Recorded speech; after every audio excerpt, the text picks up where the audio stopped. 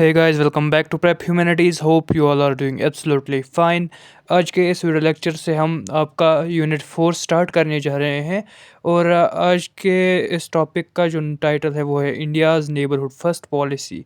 ये आपके तीसरे मेजर का चौथा यूनिट होगा और इससे पहले के वीडियो लेक्चर्स की लिंक आपको डिस्क्रिप्शन में मिल जाएगी और जो प्लेलिस्ट्स हमने बनाए हैं उसकी भी लिंक आपको डिस्क्रिप्शन में मिल जाएगी। तो चलिए बिना किसी देरी के आज का ये वीडियो लेक्चर जो है स्टार्ट करते हैं। सबसे पहले हम यही देखेंगे कि नेबरहुड फर्स्ट पॉलिसी क्या होती है, इसकी डेफिनेशन हम देखेंगे।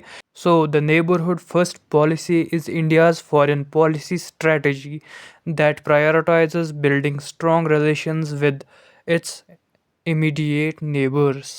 सो नेबरहुड फर्स्ट पॉलिसी जो है ये इंडिया की फॉरेन पॉलिसी स्ट्रेटजी का हिस्सा है, जिसमें जो है इंडिया प्रायोरिटाइज करता है कि उसे जो है स्ट्रॉन्ग रिलेशंस बनाने हैं किन के साथ, जो भी इनके इमीडिएट नेबर्स हैं, जो भी इनकी नेबरिंग कंट्रीज़ है उनके साथ इनको जो है अच्छे रखने हैं।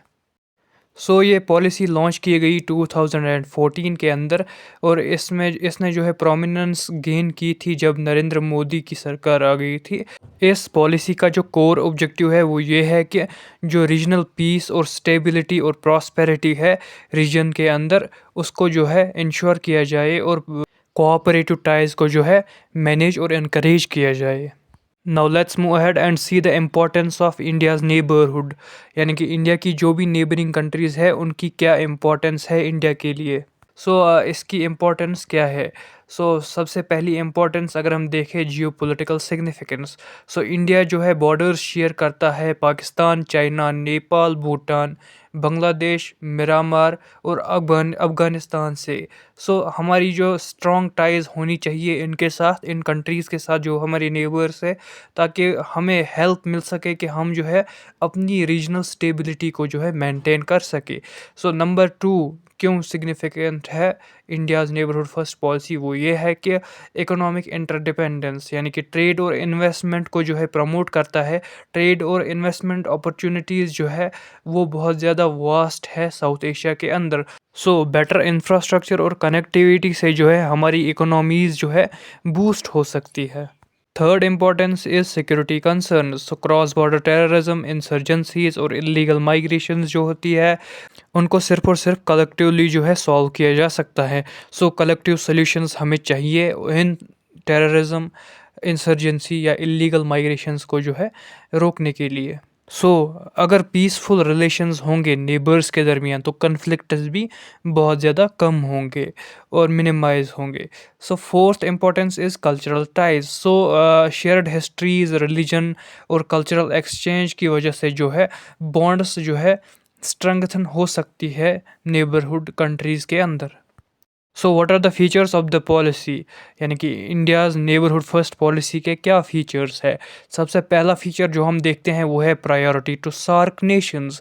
सार्क आपको इसका फुल एब्रीवेशन है कि South Asian Association for Regional Cooperation. इसमें जो है इंक्लूड होती है कौन कौन सी कंट्रीज़। एक होता है अफ़गानिस्तान, बांग्लादेश, भूटान, इंडिया, मालदीव्स, नेपाल, पाकिस्तान और श्रीलंका। इन कंट्रीज़ को जो है प्रायोरिटाइज़ किया जाता है बहुत ज़्यादा। इंडिया का जो एम होता है ना वो ये होता है कि वो एक्ट करे एज अ स्टेबलाइजिंग पावर, यानी कि एक ऐसा पावर जो है लीड कर रहा है सार्क को। जो सेकंड थिंग हम देखते हैं वो है रीजनल कनेक्टिविटी। दूसरा फीचर है ये इस नेबरहुड फर्स्ट पॉलिसी का। Infrastructural projects such as BBIN corridor जो है बांग्लादेश, भूटान, इंडिया, नेपाल कॉरिडोर जो खोला गया है, और जो India, Myanmar, Thailand trilateral highway जो खोला गया है, इन जैसे प्रोजेक्ट्स से जो है ट्रेड और ट्रैवल जो है बहुत ज़्यादा प्रमोट होता है, जिससे जो है इकोनॉमीज़ भी बाद में बूस्ट होती है। Third feature is economic cooperation. अगर इंडिया और उसके नेबर्स के दरमियान जो है इकोनॉमिक कोऑपरेशंस होंगे तो उससे जो है दोनों का फ़ायदा हो सकता है। और जैसे कि अगर आप देख सकते हैं फ्री ट्रेड एग्रीमेंट्स हो सकते हैं दो कंट्रीज़ के दरमियान, या कंसेशनल लोन्स लिए या दिए जा सकते हैं नेबरिंग कंट्रीज़ को। फॉर एग्ज़ाम्पल अगर हम देखें India's investment in Bangladesh power and energy sector. So उससे जो है बांग्लादेश को भी का जो पावर सेक्टर है वो भी इम्प्रूव होगा और हमें भी थोड़ा फ़ायदा हो सकता है। So fourth feature is disaster management support. So India ने बहुत ज़्यादा प्रोवाइड किया है डिज़ास्टर रिलीफ नेपाल को, जब वहाँ पर अर्थक्वेक आया था 2015 के अंदर। सो श्रीलंका को भी बहुत ज़्यादा जो है एड प्रोवाइड किया है, डिज़ास्टर रिलीफ प्रोवाइड किया है जब वहाँ पर फ्लड्स आए हैं या इकोनॉमिक क्राइसिस हमें यहाँ पर देखने को मिले हैं। सो जैसे हम उनके किसी काम आए, वैसे ही जब हम क्राइसिस में होंगे तब जो है हमारे नेबर्स जो है हमारे लिए अच्छे साबित हो सकते हैं। सो ये भी एक मोटिव है इस नेबरहुड फर्स्ट पॉलिसी का और फीचर भी है नेबरहुड फर्स्ट पॉलिसी का। फिफ्थ जो फीचर है नेबरहुड फर्स्ट पॉलिसी का वो है कल्चरल डिप्लोमेसी। सो हम जो है अपना सॉफ्ट पावर जो है बहुत ज़्यादा स्ट्रॉन्ग कर सकते हैं। कैसे स्ट्रॉन्ग कर सकते हैं? जब हम स्कॉलरशिप्स प्रोवाइड करेंगे नेबरहुड्स को, और कल्चरल एक्सचेंज जब होगा हमारा नेबरहुड्स के साथ, और बॉलीवुड की पॉपुलैरिटी भी जो स्ट्रेंथन हुई है उससे भी जो है हमारा जो सॉफ्ट पावर है वो भी स्ट्रॉन्ग हो रहा है। सिक्स फीचर जो है इस पॉलिसी का वो है कैपेसिटी बिल्डिंग इनिशिएटिव्स। यानी कि इस फीचर के अंदर जो है स्किल डेवलपमेंट प्रोग्राम्स या टेक्निकल ट्रेनिंग्स जो है ऑफ़र की जाती है नेबरिंग कंट्रीज़ को। सो नेबरहुड फर्स्ट पॉलिसी तो हमने देख लिया, हमने उसके की फीचर्स भी देख लिए। और क्या ये ऐसे स्मूथली इम्प्लीमेंट हो सकता है? इसका जवाब है नहीं, क्योंकि हमें जो है बहुत सारी चैलेंजेस फेस करनी पड़ती है इसकी इम्प्लीमेंटेशन के लिए। सो क्या क्या चैलेंजेस फेस करनी पड़ती है वही हम अब डिस्कस करेंगे। फर्स्ट चैलेंज जो हमें फेस करना पड़ता है इसकी इम्प्लीमेंटेशन के अंदर वो है China's influence. So projects like belt and road initiative जो है चाइना का, वो जो है नेबर्स को जो है डिपेंडेंट बना देता है चाइना के ऊपर। सो ये जो है एक थ्रेट की तरह भी काम कर रहा है इंडिया के लिए। और नंबर टू जो चैलेंज हम फेस कर रहे हैं वो है बॉर्डर डिस्प्यूट्स। सो इंडिया के जो अनरिजॉल्व्ड बाउंड्री इश्यूज़ है चाइना पाकिस्तान और नेपाल के साथ, वो कॉम्प्लिकेट कर देते हैं रिलेशंस विद नेबर्स। सो क्योंकि ये हमारे नेबरिंग कंट्रीज़ भी है और हमारी जो है रिलेशंस इनके साथ कॉम्प्लिकेट हो जाते हैं इन अनरिजॉल्व्ड बॉर्डर इश्यूज़ से। थर्ड जो चीज़ हम देखते हैं, थर्ड चैलेंज वो है terrorism and security threats. So cross border terrorism हमें देखने को मिलता है खासकर पाकिस्तान की ओर से। सो जिससे जो है ट्रस्ट डिफिसिट जो है पैदा हो जाता है नेबर्स के दरमियान। Fourth challenge that we face is internal political instabilities. So neighbouring countries जो है वहाँ पर जो है पॉलिटिकल क्राइसिस हमें देखने को मिलती है, जिनसे फिर बाद में जो है बायलैटरल एग्रीमेंट्स जो है वो हिंडर हो जाते हैं। फॉर एग्ज़ाम्पल अगर हम देखें, मिसाल के तौर पर अगर इंडिया और बांग्लादेश के दरमियान जो है कोई नेगोशिएशंस चल रही होती, तो फिर जब वहाँ पर जो क्राइसिस हो गया था उनको जो है पॉलिटिकल क्राइसिस फेस करनी पड़ी थी, जब फिर उनके प्राइम मिनिस्टर को जो है फिर रिज़ाइन करना पड़ा था, उनसे जो है हिंडर हो सकती थी जो भी हमारे बायलैटरल एग्रीमेंट्स है वो। और फिफ्थ जो चैलेंज हमें देखने को मिलता है वो है इकोनॉमिक डिस्पैरिटीज़।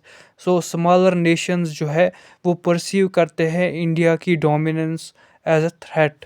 सो उन स्मॉल नेशंस को ये लगता है कि अगर इंडिया जो है इकोनॉमिकली जो है बहुत ज़्यादा जो है ग्रो करेगा तो वो डोमिनेट करेगा, और इंडिया की जो डोमिनेंस है वो जो है हमारे लिए थ्रेट होगी। सो चैलेंजेस भी हमने देख लिए नेबरहुड फर्स्ट पॉलिसी के। सो अब हम कैसे स्ट्रेंथन कर सकते हैं इस पॉलिसी को, नेबरहुड फर्स्ट पॉलिसी को। सो सबसे पहला काम जो हम कर सकते हैं वो है हम फोकस कर सकते हैं म्यूचुअल ट्रस्ट के ऊपर।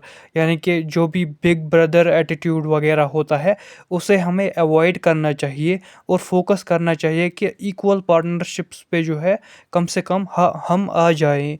और सेकंड जो चीज़ हम कर सकते हैं, हम जो है इकोनॉमिक इंटीग्रेशन जो है उसको जो है इंक्रीज़ कर सकते हैं। अपना जो ट्रेड एग्रीमेंट्स वगैरह है उनको जो है बूस्ट कर सकते हैं। रीजनल फ्रेमवर्क्स सच एज़ जो BIMSTEC यानी कि बे ऑफ बंगाल इनिशिएटिव वगैरह है, उसको भी जो उन जैसे जो है बहुत सारे फ्रेमवर्क्स को जो है हम बूस्ट कर सकते हैं। और थर्ड चीज़ जो हम कर सकते हैं वो है हार्नेसिंग सॉफ्ट पावर, यानी कि अपना जो सॉफ्ट पावर है उसे हम ज़्यादा से ज़्यादा स्ट्रेंथन करें और प्रमोट करें अपनी कल्चरल डिप्लोमेसी, योगा, आयुर्वेदा और इंडियन एजुकेशन को।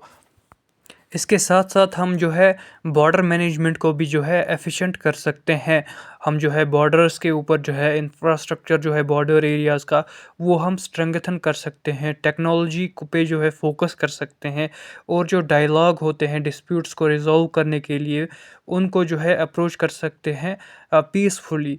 और फिफ्थ थिंग जो हम कर सकते हैं वो है काउंटरिंग चाइनीज़ इन्फ्लुएंस, यानी कि चाइना का जो इन्फ्लुएंस है उसको हमें काउंटर करना बहुत ज़्यादा ज़रूरी है। सो जो BRI मिशन है चाइना का उसके जो है अपोजिट हमें जो है ऑफ़र करने चाहिए उसके अल्टरनेटिव्स विद ट्रांसपेरेंट, सस्टेनेबल और डेवलपमेंटल प्रोजेक्ट्स। और सिक्स्थ थिंग जो हम कर सकते हैं, हम जो है क्लाइमेट एंड जो एनवायरमेंटल कोऑपरेशन होते हैं उनके अंदर जो है हम एंगेज हो सकते हैं। हम जो है नेबर्स के साथ जो है वर्क कर सकते हैं ताकि हम कम्बैट कर सके कुछ ऐसे इश्यूज़ के ऊपर जो हम शेयर करते हैं, यानी कि शेयर्ड इश्यूज़, यानी कि जो हमारे कॉमन इश्यूज़ है उनको हम कम्बैट कर सके, चाहे वो वाटर स्कैर्सिटी हो या फिर पोल्यूशन जैसा ही कोई इशू क्यों ना हो। In the end of the day हमें ये देखने को मिलता है कंक्लूजन में कि इंडिया के जो स्ट्रेटजिक गोल्स है उनके साथ अलाइन होता है। और जो भी पीसफुल और प्रॉस्पेरस साउथ एशियन अलाइंस अगर हम करेंगे वो जो है हमारी स्ट्रेटजिक गोल्स के साथ अलाइन होता है और म्यूचुअल ग्रोथ हमें देखने को मिल सकता है। सो इस पे जो है फोकस कर सकती है नेबरहुड फर्स्ट पॉलिसी। सो एक स्ट्रॉन्ग फोकस हमें देखने को मिलता है नेबरहुड फर्स्ट पॉलिसी के अंदर, जो इंश्योर करता है कि रीजनल डेवलपमेंट पे फोकस किया जाएगा और इंडिया को जो है एक की प्लेयर बनाया जाएगा ग्लोबल जियोपॉलिटिक्स के अंदर। So this was all about today's session. उम्मीद है आपको हमारा ये सेशन जो है पसंद आया होगा। अगर पसंद आया हो तो लाइक, शेयर एंड सब्सक्राइब करना ना भूलिएगा। And thank you so much for watching this video till the end best of luck for your exams.